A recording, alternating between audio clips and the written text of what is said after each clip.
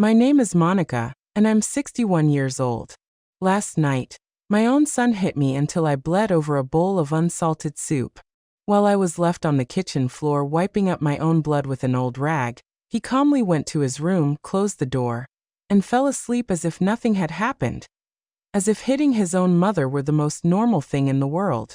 This morning, I woke up with a sore body, bruises on my arms, and a cut on my lip that still hurts when I talk. But what hurts the most isn't the physical pain. It's the humiliation. It's knowing that my own son, the one I raised with so much love, the one I gave everything to, sees me as his personal maid. It's knowing that my only purpose in this world is to serve him and keep quiet. I got up at 5 in the morning, just like every other day. Ethan was already awake, sitting at the kitchen table in his impeccable gray suit, scrolling on his phone. He didn't even look at me when I entered. He just said without looking up, "Breakfast. Hurry up. I have an important meeting." It was as if nothing had happened, as if he hadn't screamed at me the night before, calling me worthless, useless, and saying that if I weren't his mother, he would have thrown me out on the street. I prepared his scrambled eggs exactly the way he likes them, with 3 spoonfuls of shredded cheese, 2 slices of toasted bread, and black coffee with no sugar. Everything had to be perfect, measured to the last detail, because if anything is even slightly off, he explodes. And when Ethan explodes, I'm the one who pays the consequences. While he was eating breakfast, the sound of a key turning in the front door lock echoed through the house. It was a young, elegant woman named Savannah, his wife, who always greets me with a fake smile and treats me as if I'm invisible. She came in wearing a light green dress and high heels, kissed Ethan on the cheek, and sat at the table as if she owned the place. "Good morning, Mrs. Davis," she said to me in that sweet voice she only uses when Ethan is around. "How are you this morning?" I wanted to tell her that I woke up bruised by her husband, that I had bruises all over my back, that I couldn't take it anymore. But instead I smiled and said, "I'm fine, thank you." "Are you going to have some breakfast, Savannah?" I asked. Ethan shot me a warning look. His eyes were clearly saying, "One wrong word and tonight will be worse." Then he added with that fake smile he only uses when he has an audience, "Look, Mom, I bought you this new makeup. It's perfect for covering those little scrapes you got when you tripped last night." Yes, little scrapes. That's what he calls what he did to me, as if it were an accident, as if I had tripped and fallen on his fist all by myself. I took the makeup without saying anything. It was an expensive foundation, the kind that costs more than $50. He probably bought it with my retirement money because he manages my entire bank account. He says it's for my own good, that at my age, I can't handle money on my own anymore. The truth is, I haven't seen a single penny of my own pension in 2 years. Savannah was looking at him with those shining eyes of admiration. "You're so thoughtful, honey. Always taking care of your mom." If only she knew. If only she knew that her perfect husband, that successful executive who handles million-dollar accounts at the office, comes home every night to take out his frustration on me. After breakfast, Ethan put on his red tie, grabbed his briefcase, and whispered in my ear while Savannah was touching up her makeup. "Remember what we talked about last night? If you ever open your mouth, if you tell anyone what happens here, you're going to regret it. No one will believe you. You're just a crazy old woman living off her son's charity." His words chilled me to the bone. They left together, holding hands like the perfect couple they pretend to be. I watched them from the window as they got into Ethan's new car, a black sedan that cost more than $400,000. My money, all of it bought with my money. When the house fell silent, I sat in the kitchen and started to cry. Not tears of sadness, but of rage, of helplessness. Because I know I have to do something, but I don't know what. I know I can't keep living like this, but I also don't know how to get out of this nightmare. I sat in that silent kitchen for hours, watching the sunlight slowly make its way across the floor tiles. This house used to be my sanctuary. I bought it 30 years ago with the money I saved working as an executive secretary at the law firm of Sullivan and Associates. 40 years of my life dedicated to that job, getting up at 5 in the morning, always on time, organizing the lives of others. I never imagined I'd end up a prisoner in my own home. It all started 3 years ago when Ethan divorced his first wife. He showed up at my door one night with a suitcase in his hand, and that look of a lost boy that always melted my heart. "Mom, I need to stay here for a while, just until I sort out my financial situation." He told me the divorce had left him bankrupt, that he had lost his house, that he had nowhere to live. I, like the foolish mother I've always been, opened my door and my heart. "Of course, son, this is your home too." How naive. I didn't know I was inviting the devil to live with me. The first few months were normal.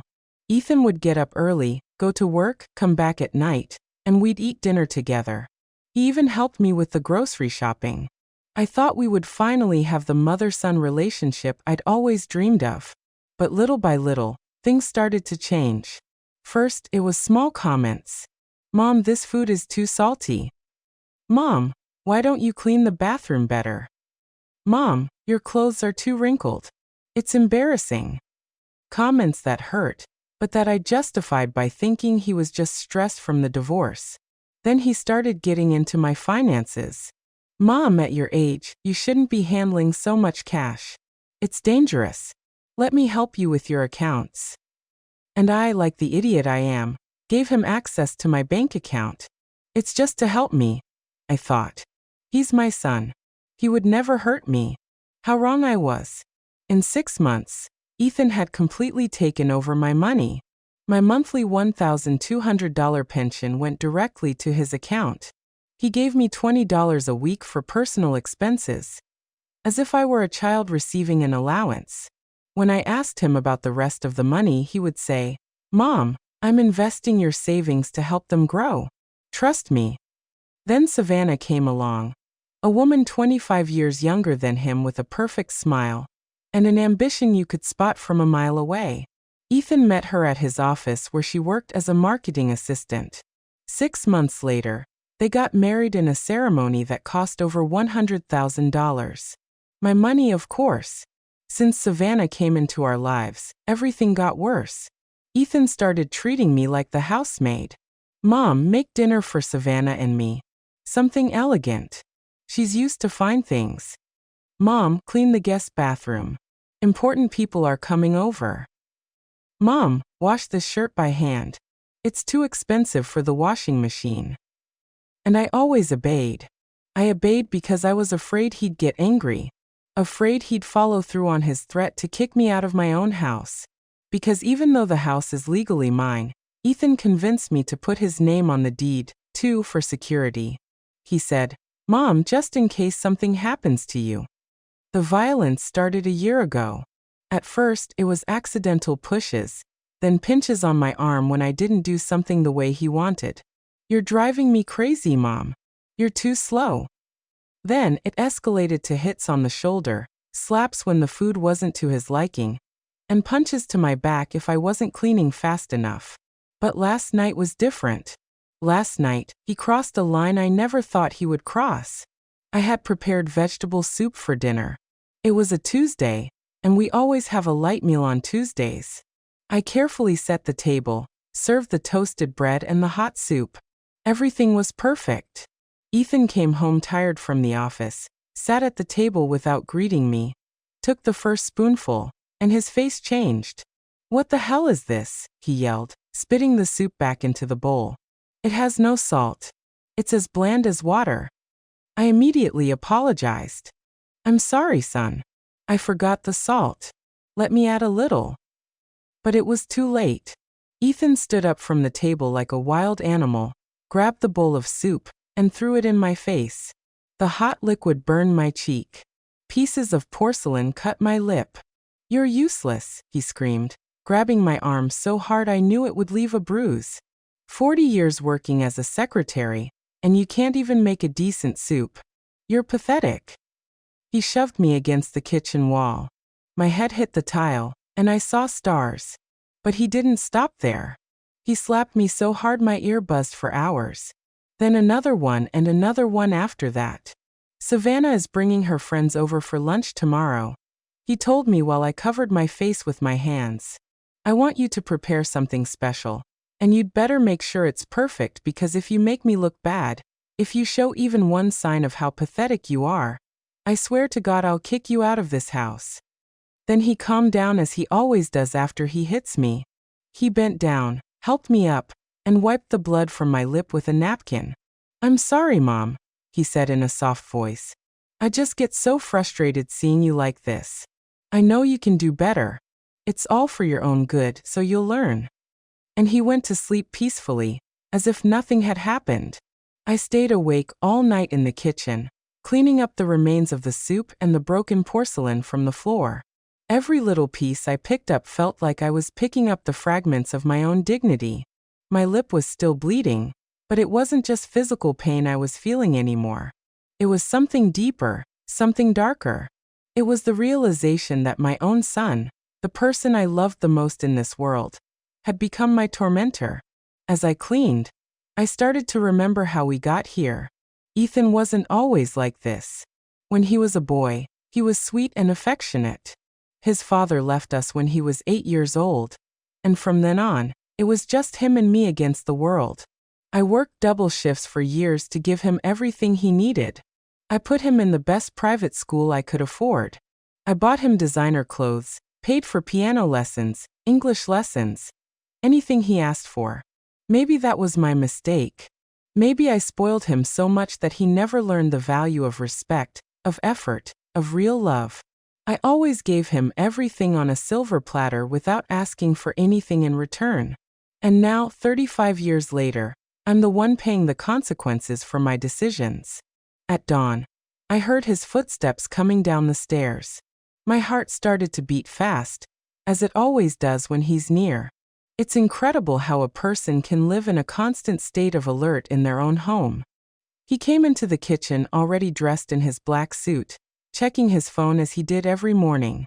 This time, he didn't even ask for breakfast. He just sat and waited for me to serve it to him.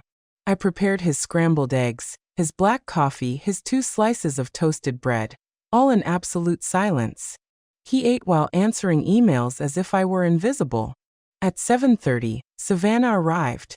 This time, she was wearing a tight yellow dress and high heels that echoed on the floor like hammer blows. She looked radiant as always.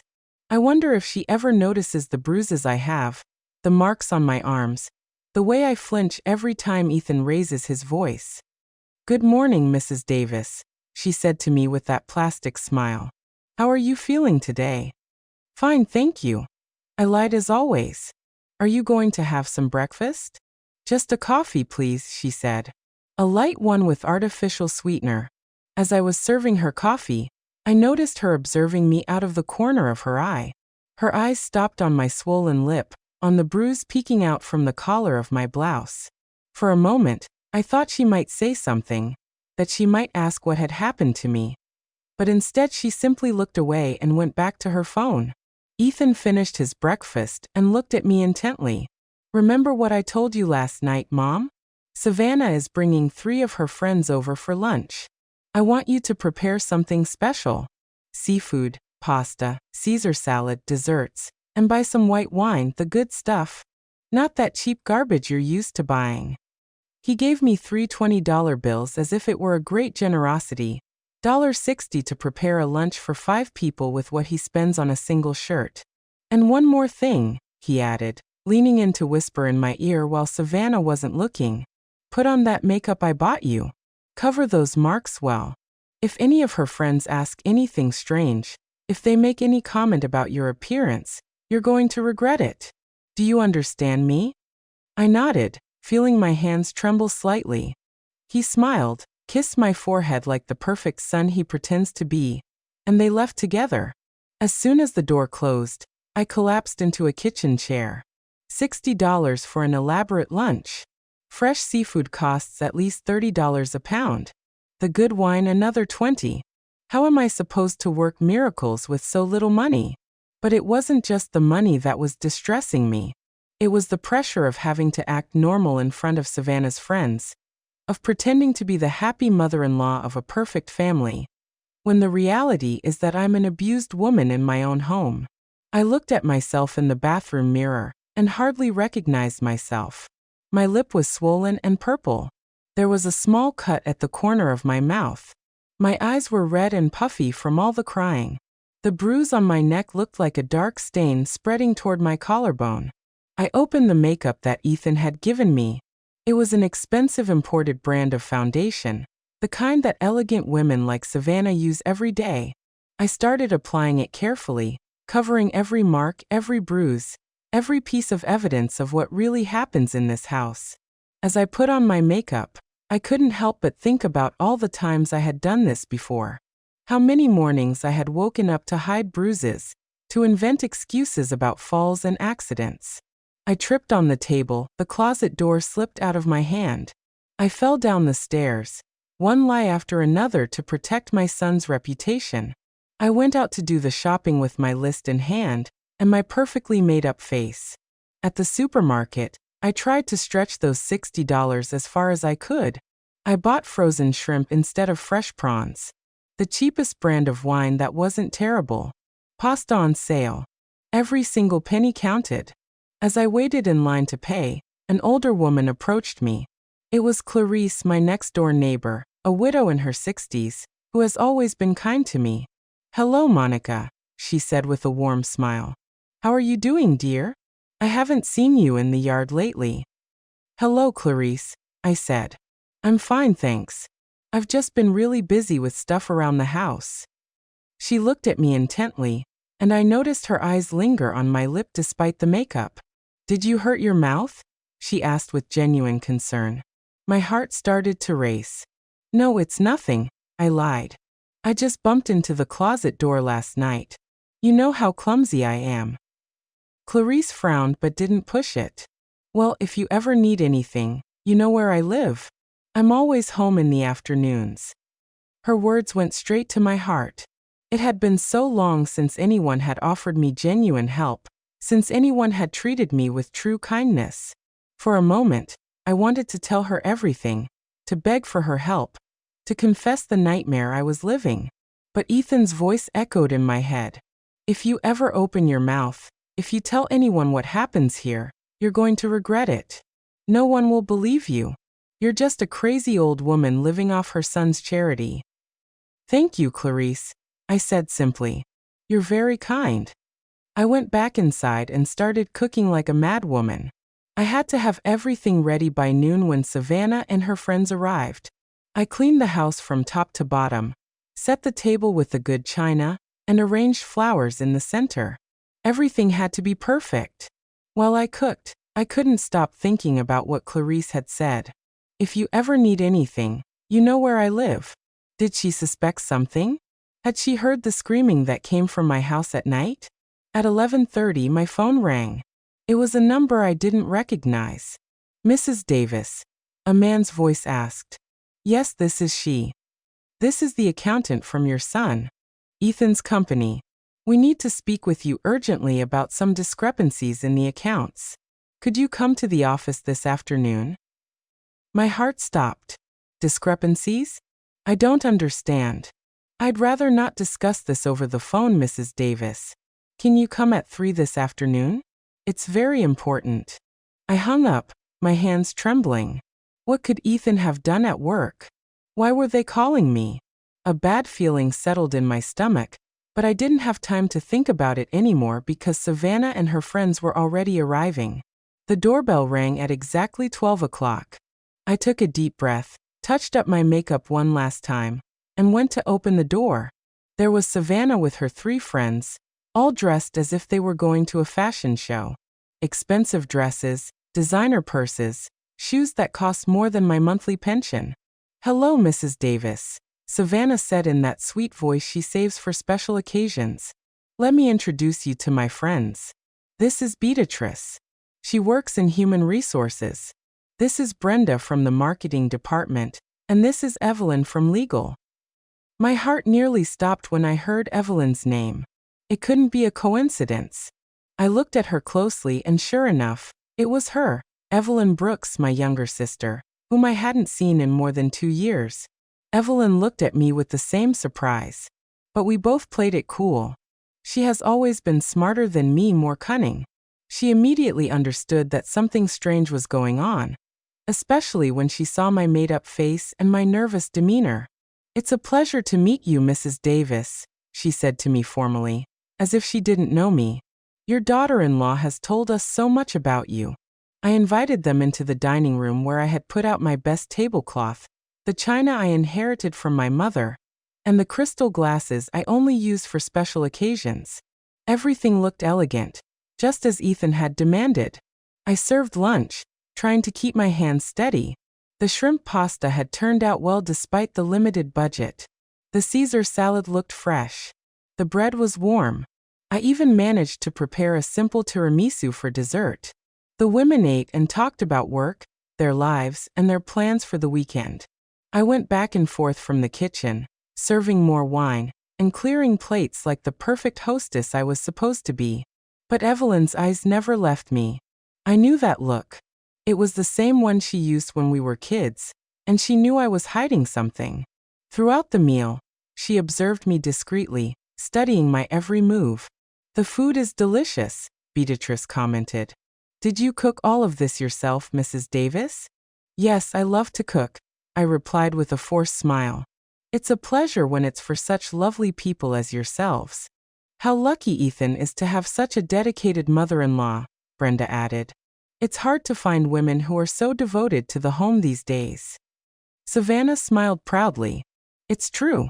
Mrs. Davis always takes care of everything. It's like having a housekeeper, but better because she does it with love." Her words stung me like daggers, but I kept my smile. A housekeeper. That's what she thought of me. Not a mother, not a person with rights and dignity, but a free servant. Evelyn cleared her throat. "And what did you do before, Mrs. Davis? Were you always a homemaker?" I paused, feeling a little pride for the first time in a long time. "I worked for 40 years as an executive secretary at the law firm of Sullivan and Associates. I retired 3 years ago." Evelyn's eyes lit up. Sullivan and Associates was one of the most prestigious firms in the city where she had worked as an intern during her law studies. "How interesting," she exclaimed. "I know that firm. They have a very good reputation. You must have met a lot of important people in all those years." "I did," I said with a more genuine smile. "I met judges, prosecutors, important lawyers. I even helped with some big cases. Mr. Sullivan always said I was indispensable." Indispensable. Savannah looked uncomfortable with the direction of the conversation. She didn't like me being the center of attention or having my professional accomplishments talked about. She quickly changed the subject. "Well, but now Mrs. Davis is retired and enjoying her well-deserved rest," she said with that fake smile. "Ethan takes care of everything, her finances, her needs. He's such a responsible son." Evelyn looked at me intently when Savannah said that. I know my sister, and I know those words sounded strange to her. A woman who worked 40 years at an important law firm doesn't need her son to handle her finances. The lunch continued with trivial conversation, but I could feel the tension growing. Evelyn kept watching me, and I knew she had noticed something was off. When I went to the kitchen for the dessert, she followed me. "Do you need any help?" she asked, but she was really looking for a moment to talk to me alone. "No thanks. Everything's under control," I replied, avoiding her gaze. "Monica," she said in a low voice, using my real name for the first time that afternoon. "Are you okay? You seem different." For a moment, all my defenses came down. I wanted to hug her, tell her everything, beg her to help me. But at that moment, I heard Ethan's keys in the front door. He had come home from work earlier than usual. "Everything's fine, Evelyn," I said quickly. "I'm just a little tired." Ethan came into the dining room with that perfect smile he uses when he has visitors. He greeted the women elegantly, kissed Savannah on the cheek, and looked at me with approval. The lunch had gone well, just as he had ordered. "How are the most beautiful ladies from the office doing?" he said with that fake charisma he uses in public. "I hope my mother took good care of you." "Excellently," Beatrice replied. "Your mother is charming." Ethan put his hand on my shoulder, and I tensed up automatically. He felt my reaction and squeezed a little harder, a silent warning. "She's the best mother in the world," he said, but his fingers were digging into my shoulder through my blouse. "Always looking out for everyone. Always sacrificing herself for the family." The women started saying their goodbyes after dessert. Evelyn was the last to leave, and before she went out the door, she took my hand. "It was a pleasure to meet you, Mrs. Davis," she said in a loud voice for Ethan to hear. But then she whispered in my ear, "We'll see each other soon." When they were all gone, Ethan closed the door and his expression changed completely.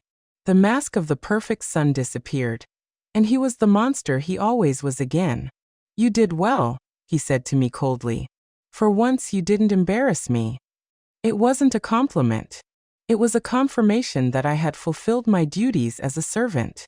While I was picking up the dishes and cleaning the dining room, he went to his room to change his clothes. But before he left, he reminded me, "By the way, the technician is coming tomorrow to check your computer. He says, you've been browsing some strange websites." My blood ran cold. I didn't have my own computer. I only used his when I needed to. And the only strange things I had looked up lately were websites about domestic abuse, shelters for battered women, and helplines.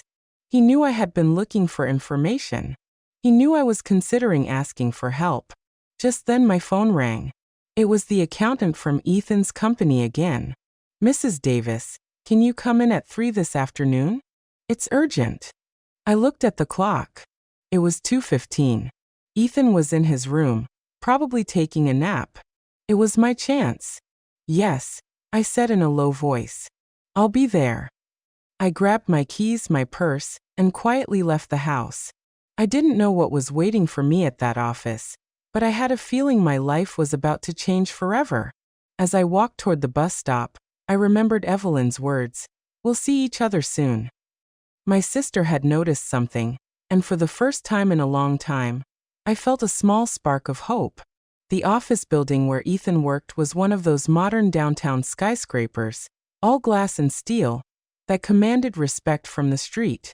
I had never been there before.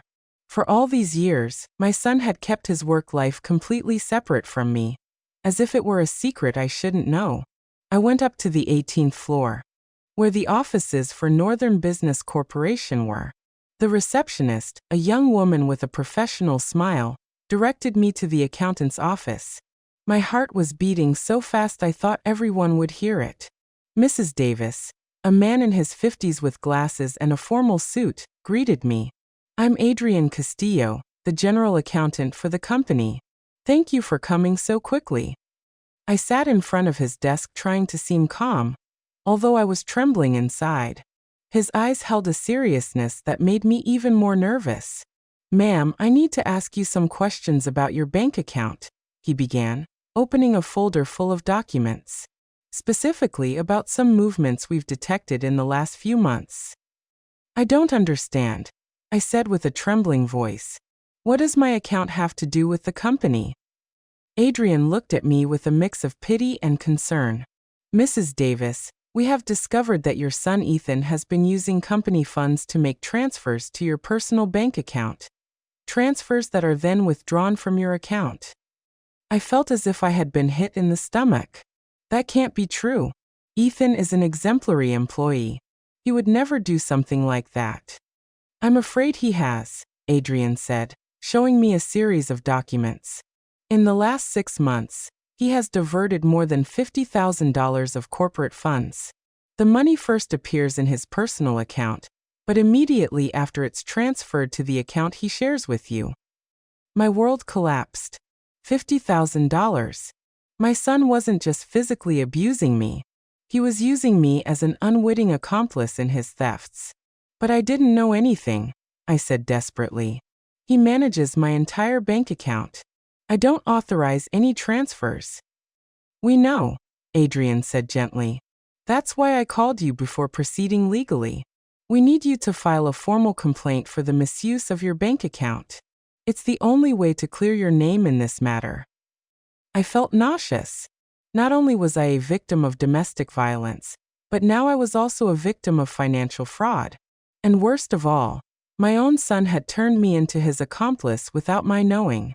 What will happen to Ethan? I asked, though I already knew the answer.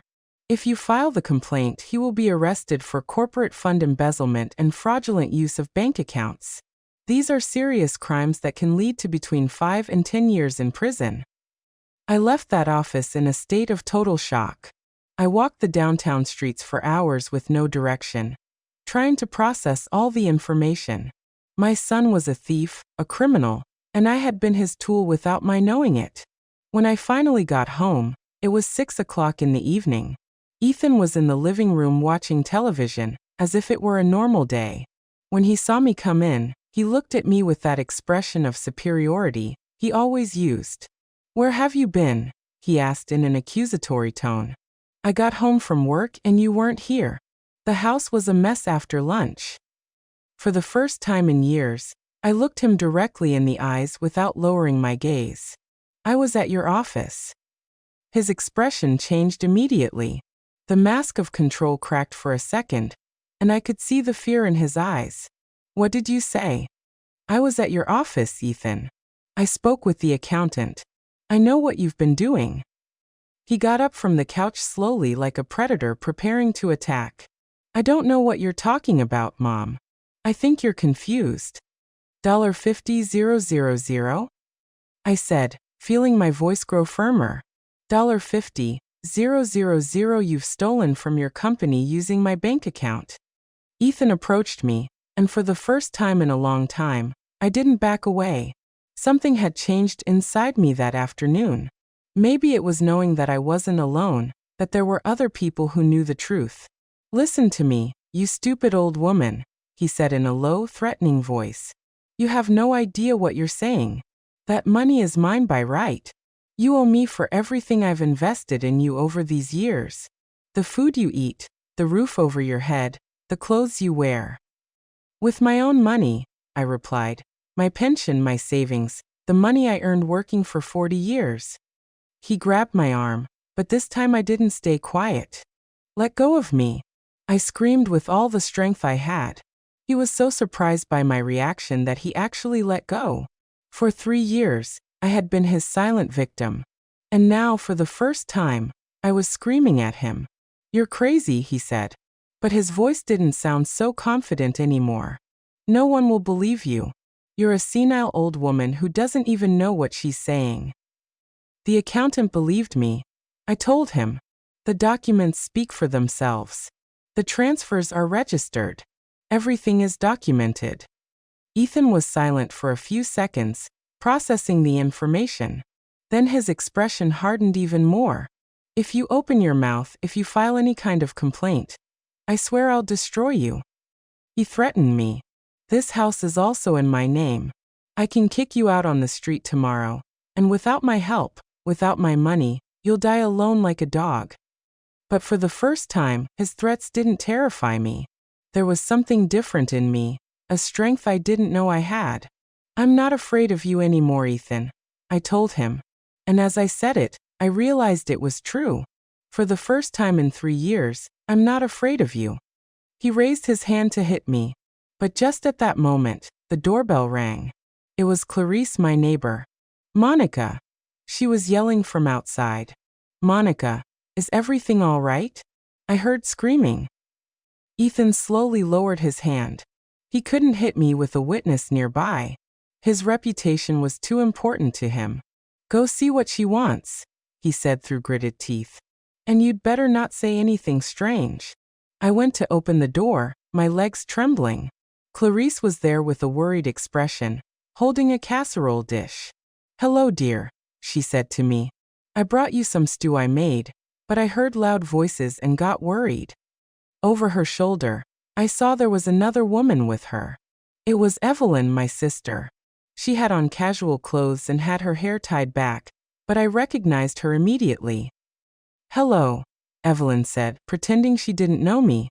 "I'm new to the neighborhood and was just visiting Mrs. Davis. I hope we're not bothering you." Ethan appeared behind me, his fake smile perfectly in place. "No problem at all, ladies. My mother was a little worked up because she burned the dinner. You know how older women get about these things." Clarice looked at him with an expression I couldn't decipher. Right, she said. Well, Monica, here's the food. And remember, if you need anything at all, I'm right next door. Evelyn looked me straight in the eyes. Yes, Mrs. Davis. Anything you need, day or night. When they left, Ethan slammed the door shut. Damn nosy old women, he muttered. But this isn't over. Tomorrow we're going to the bank together, and you're going to sign all the papers I tell you to.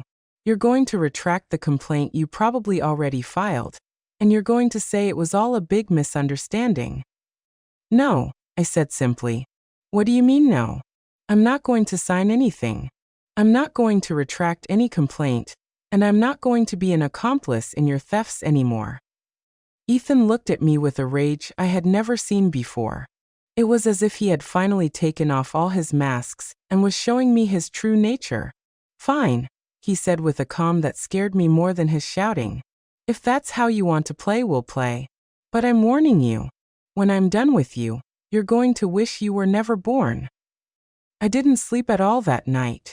Ethan was locked in his room, but I could hear him talking on the phone for hours. I didn't know what he was planning, but I knew I had to be prepared for the worst. At 3 o'clock in the morning, I heard a strange noise in the yard. I peeked out the window and saw a figure moving among the bushes. It was Clarice, and she seemed to be setting something up near my window. The next day, I realized what she had done. She had placed a small security camera pointed at my house, hidden among the plants. My neighbor knew something bad was happening and was documenting everything. The next day dawned gray and rainy, as if the weather was reflecting the storm brewing in my life. Ethan got up earlier than usual at 5 o'clock in the morning. I heard him moving around the house, talking on the phone in a low voice, preparing something that had me on edge. When I went down to the kitchen, he was already dressed in his best suit, the black one he wore for the most important meetings. His hair was perfectly combed, his tie impeccable. He looked like the successful executive everyone believed he was, not the monster living under my roof. Good morning, Mom, he said to me in a voice that was strangely sweet, almost singing. That sweetness gave me goosebumps. I knew my son well enough to know that when he was acting nice, it was because he was planning something terrible. Yes, I lied, I said, serving him his coffee as I did every day. Good, he said, smiling in a way that didn't reach his eyes. Because today is going to be a very special day. I've been thinking about our conversation from yesterday all night. He sat at the table and began to eat breakfast calmly, as if we were a normal family. But there was something about his attitude that kept me on high alert. I've decided that you're right, he continued. Maybe I've been too hard on you. After all, you're my mother and you deserve respect. His words completely confused me. Ethan admitting he had been wrong, asking for forgiveness. It was so out of character that I immediately knew it was a trap. That's why, he continued as he spread butter on his toast, we're going to go to the bank together today. We're going to clear up this whole misunderstanding with my company. You're going to explain that you authorized all the transfers, that you knew exactly what was happening with your money. There it was, the real reason for his fake kindness. I'm not going to do that, Ethan, I said, trying to keep my voice steady. His smile slowly faded. Of course you are, Mom, because if you don't, some very unpleasant things are going to happen. Are you threatening me? No, Mom, he said, finishing his coffee. I'm explaining reality to you. Look around you. This house, this table you have breakfast at, the bed you sleep in, the food you eat. All of this is possible because I allow it. And if I don't allow it anymore. He left the sentence hanging in the air, but the message was clear. He was going to leave me on the street if I didn't obey. Also, he added, taking out his phone, I've been thinking about calling some doctors. I know doctors who specialize in older people with mental problems like senile dementia. You know, it's very sad when mothers start making up stories, accusing their own sons of terrible things. I felt my blood run cold. Not only was he threatening to kick me out of the house, but to have me declared insane, incompetent, so that no one would believe my testimony. There are several witnesses who can confirm your deteriorated mental state, he continued with that cold, calculating voice. Savannah, for example. I just told her yesterday how confused you've been lately. The friends who came to lunch also noticed something strange about you. It was a lie. But he was so convincing that for a moment I doubted my own sanity. That's how his manipulation worked. He made me doubt everything, even my own perception of reality. So we're going to the bank at 10 o'clock, he said, getting up from the table. You're going to put on your best dress.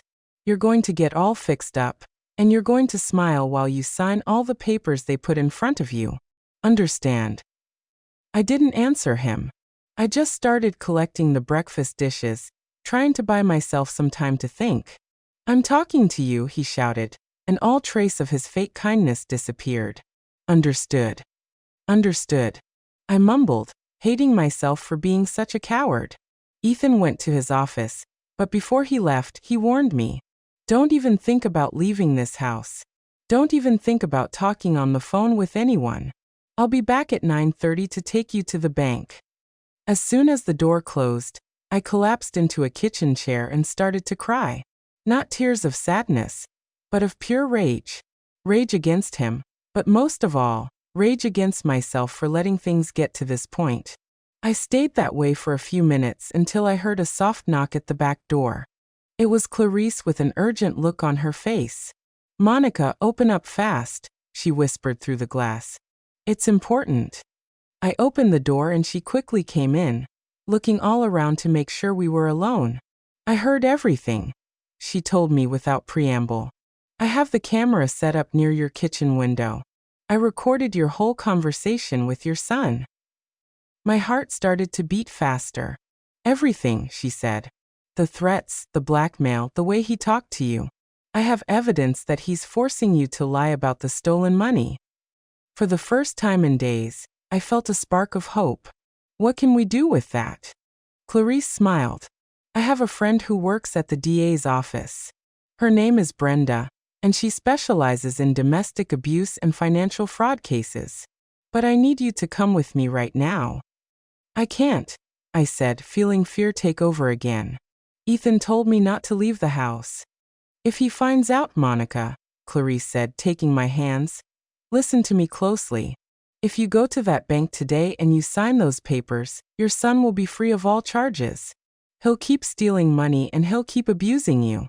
But on top of that, you'll be considered a willing accomplice in his thefts. She was right. If I signed those papers, not only would I lose my dignity, but I would also become a criminal in the eyes of the law. But if I don't go, I said with a trembling voice, he'll follow through on his threats. He'll kick me out of the house. He'll say I'm crazy.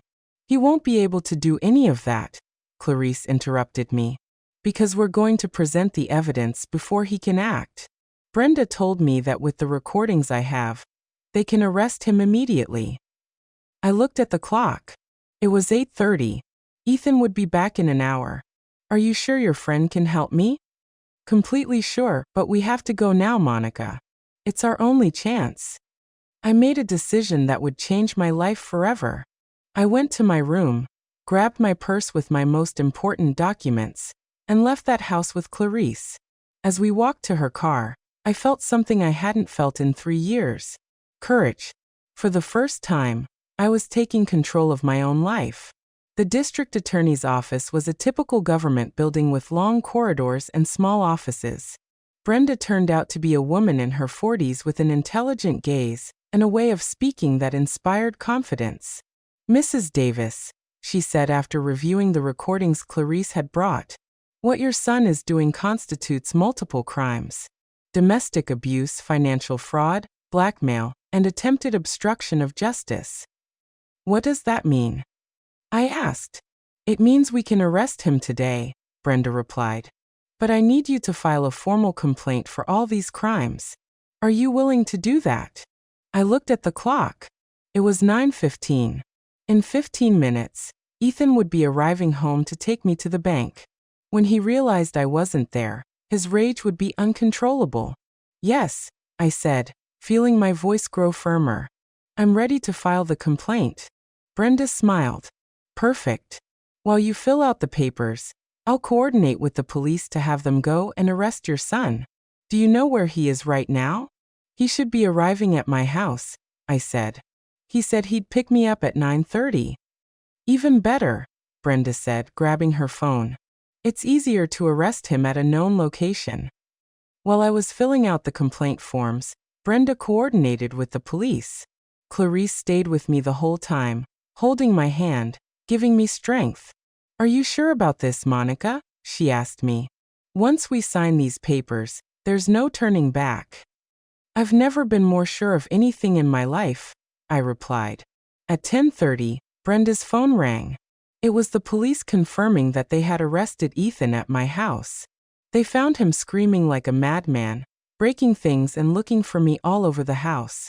He's in custody, Brenda told me. The charges are serious. It's very likely he won't be able to get bail. Bail? I felt as if a 1,000 pounds weight had been lifted from my shoulders. For the first time in 3 years, I knew I was going to sleep without fear. When we got back to my house that afternoon, the place looked like a battlefield. Ethan had destroyed practically everything in his path before the police arrested him. The couch cushions were torn. There were broken dishes all over the kitchen floor. And the family photos that hung on the walls were in pieces. My God, Clarice whispered, looking at the destruction. How could he do all this in such a short time? I knew the answer. I knew the blind fury of Ethan when things didn't go his way. I had seen that rage before, but never directed at inanimate objects. Usually, I was the target of his anger. Brenda, who had come with us to document the damage, was taking photos of everything. This will serve as additional evidence of his violent behavior, she explained. Destruction of property during an episode of rage. The judge will see exactly what kind of person your son is. While we were cleaning up the broken glass and picking up the pieces of my former life, my phone started ringing insistently. It was an unknown number. Don't answer it, Brenda warned me. It's probably him calling from jail. Let it go to voicemail. Indeed, when I checked the messages, it was Ethan's voice, but it sounded completely different. It was no longer the threatening monster from the morning. It was the scared child he pretended to be when he wanted to manipulate me. Mom, his voice said, breaking in the recording. Mom, please come get me out of here. It was all a misunderstanding. I never meant to hurt you. You know I love you. You're the most important thing in my life. Please, Mom, don't let me rot in this jail. I'm your son, your only son. He had left 5 similar messages, each one more desperate than the last. In the last one, he was even crying. It's part of his manipulation strategy, Brenda explained to me. First violence and threats, now victimhood and guilt. It's a typical pattern in abusers. Even though I rationally understood what was happening, hearing my son cry broke my heart. For 35 years, he had been my baby, my reason for living. It was hard to separate the monster he had become from the boy he once was. Are you okay? Clarice asked, noticing my expression.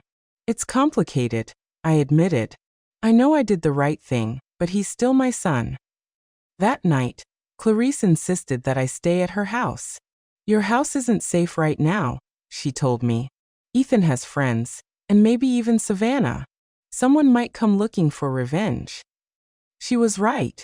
In the voicemails, Ethan had mentioned that Savannah was handling things from the outside. I didn't know exactly what that meant, but I was afraid to find out. Clarice's house was small but cozy. It had a guest room with a twin bed and a small desk. It was my daughter's room before she got married, she explained. Now it's yours for as long as you need it. For the first time in 3 years, I went to bed without fear. I didn't have to worry about Ethan's footsteps in the hallway, his late-night screaming, or waking up to punches. It was a strange, almost unsettling feeling. Peace can also be scary when you're not used to it. The next day, Brenda called me early with news. Ethan's bail hearing is today at 2 o'clock in the afternoon, she informed me. The judge will decide if he can be released from jail while he waits for his trial. What are the chances he'll be released? I asked, feeling fear return. With the evidence we have, very slim, but I need you to come and testify at the hearing.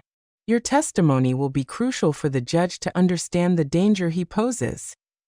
The hearing was in a small courtroom. Ethan was sitting at the defense table wearing an orange jumpsuit. When he saw me come in, his expression changed completely. He was no longer the repentant child from the voicemails. He was pure contained rage. Savannah was sitting in the public benches, elegantly dressed as always, but she looked haggard, as if she hadn't slept in days. When our eyes met, I saw something in her eyes that surprised me: shame. The judge was an older man in his 60s, with a serious but fair look. He reviewed all the documents before beginning. "Mrs. Davis," he said to me when it was my turn to testify, "tell me in your own words what you have been living through in your home for the last few years." I took a deep breath and began to speak. I told them about the beatings, about the control over my money, about the threats, about the constant humiliation. My voice broke at times, but I kept talking. When I mentioned the $50,000 he stole, I saw Ethan tense up in his seat. His lawyer, a young man in an expensive suit, tried to object constantly, but the judge silenced him. "And what did your son tell you yesterday morning regarding your testimony?" the judge asked. "He threatened to have me declared mentally incompetent if I didn't lie for him. He told me he would kick me out on the street, and that I would be left with nothing." The judge reviewed the recordings Clarice had made. He listened to them in their entirety with headphones while the whole courtroom waited in silence. "Mr. Ethan Davis," the judge said when he was done, "the evidence presented shows a clear pattern of domestic abuse, financial fraud, and witness intimidation. Considering the seriousness of the charges and the risk you posed to the victim, your request for bail is denied. You will remain in custody until the date of your trial." Ethan exploded. "This is an injustice," he shouted, standing up. "That crazy old woman is making everything up. I'm a respectable citizen. I have rights." The guards had to hold him as he continued to scream. "You're going to regret this, Mom. When I get out of here, I'm going to make you pay for every day I spend in this jail." His threats echoed throughout the courtroom, confirming exactly what I had testified about his violent character. After the hearing, Savannah approached me in the courthouse. "Mrs. Davis," she said in a trembling voice, "I need to talk to you." Brenda and Clarice tensed up, but I signaled to them that I was okay. "What do you want, Savannah?" I asked her. "I want to apologize," she said. And for the first time since I had known her, her voice sounded genuine. "I knew something wasn't right in that house. I heard screaming. I saw your bruises. I noticed how you flinched every time he raised his voice." "Then why didn't you ever say anything?" I asked. "Because I was scared," she admitted. "Ethan had threatened me to. He told me that if I ever betrayed him, he would destroy my career, my reputation. And I was a coward. I let you suffer alone because I was afraid of losing my comfortable life." Her eyes filled with tears. "When they arrested him yesterday, I found documents in his home office. He hadn't just been stealing money from his company. He had also been stealing from my personal account. We've been married for 2 years, and I never realized he was a fraudster." "What are you going to do now?" I asked her. "I'm going to file for divorce immediately," she said with determination. "And I'm going to testify against him at his trial. I've already spoken with a lawyer. I want to collaborate with the DA's office to make him pay for everything he did to us." When we left the courthouse, I felt something I hadn't experienced in years: genuine hope. Not only had I managed to escape from my son, but now I had allies in my fight for justice. That afternoon, as we walked back to Clarice's house, Brenda gave me more good news. "The company where Ethan worked wants to reach an agreement," she informed me. "They're willing to not press additional charges against you if you cooperate by returning the stolen money. Also, as an acknowledgement that you were a victim of fraud, they're going to pay you a compensation of $20,000. $20,000. It was more money than I had had available in the last 3 years. "What about my house?" I asked. "Ethan said it was in his name too." "We checked the documents," Brenda said, smiling. "Your son lied.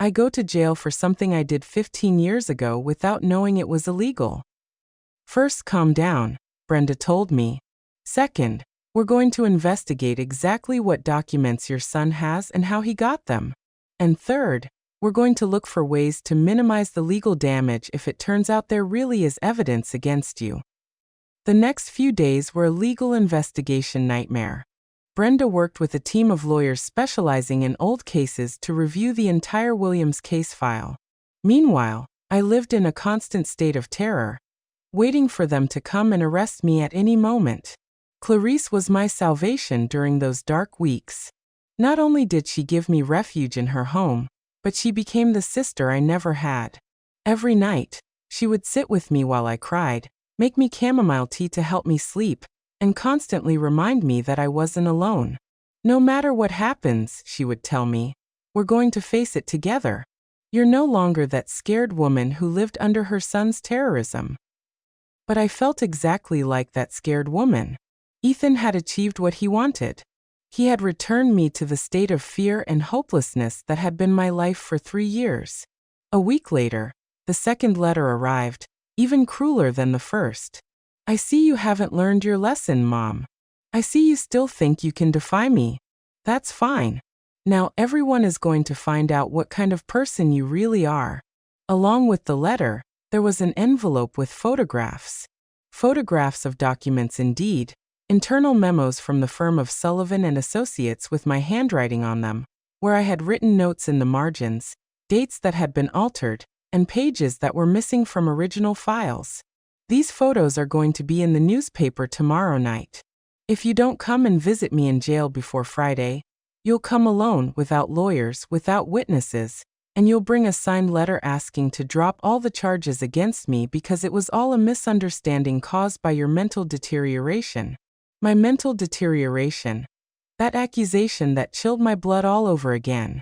If you don't come, not only will these photos be in the newspapers, but you'll also see the recordings. Recordings? What recordings?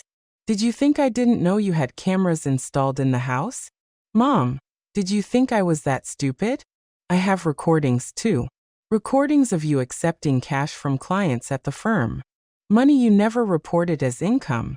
Tax evasion. Mom, another 15 years in prison. This time it wasn't just blackmail. It was all-out psychological warfare. Ethan had been preparing for this situation for months, maybe years. He had collected evidence, planned every move, and anticipated my rebellion. When Brenda read the second letter, her expression became very serious. Monica, I need you to tell me the complete truth about your time at the firm. Anything you might have done, any irregular situation, any money you received outside of your salary. I told her about the cash Christmas bonuses that Mr. Sullivan gave me every year. Money I never declared because I thought they were personal gifts. I told her about the times when grateful clients had given me cash tips for special services. Money I also never reported because I didn't know I had to. In total, she asked, how much money are we talking about over 40 years? Maybe $1,000, I said with shame. Brenda quickly calculated with interest and penalties. We'd be looking at a tax debt of about $40,000. But the most serious thing was that it was technically tax evasion. My son had built a perfect trap. If I reported him, he would destroy me with evidence of my own mistakes. If I didn't report him, he would remain free to abuse me and steal money. There's a third option, Brenda said after thinking for a long time. An option neither of you will expect. We get ahead of him. We voluntarily confess all your mistakes before he can use them as blackmail. And we use that confession to show that your son is a master manipulator who exerts psychological control over his victims, even from jail. It was a risky gamble. It meant publicly admitting I had committed crimes, facing possible legal consequences, and exposing myself to public humiliation. But it also meant taking away Ethan's main weapon, my secret. If we do this, Brenda continued, your son loses all his power over you. He can no longer blackmail you because there's nothing left to hide. I looked out the window at my house, which remained empty and shattered across the street.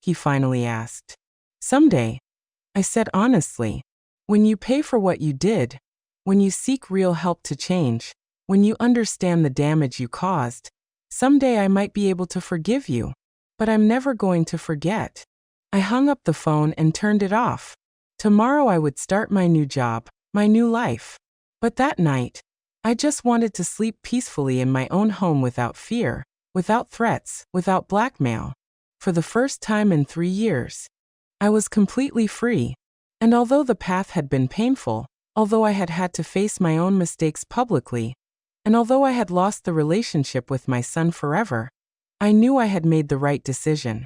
Ethan had learned that victims can become strong, that secrets lose power when they are exposed to the light, and that justice, although slow, eventually arrives. And I had learned that it is never too late to reclaim your own life, no matter how many years you have lived in the shadows. This was my story of liberation, a story that I hope inspires other women to break their own chains, no matter who put them there.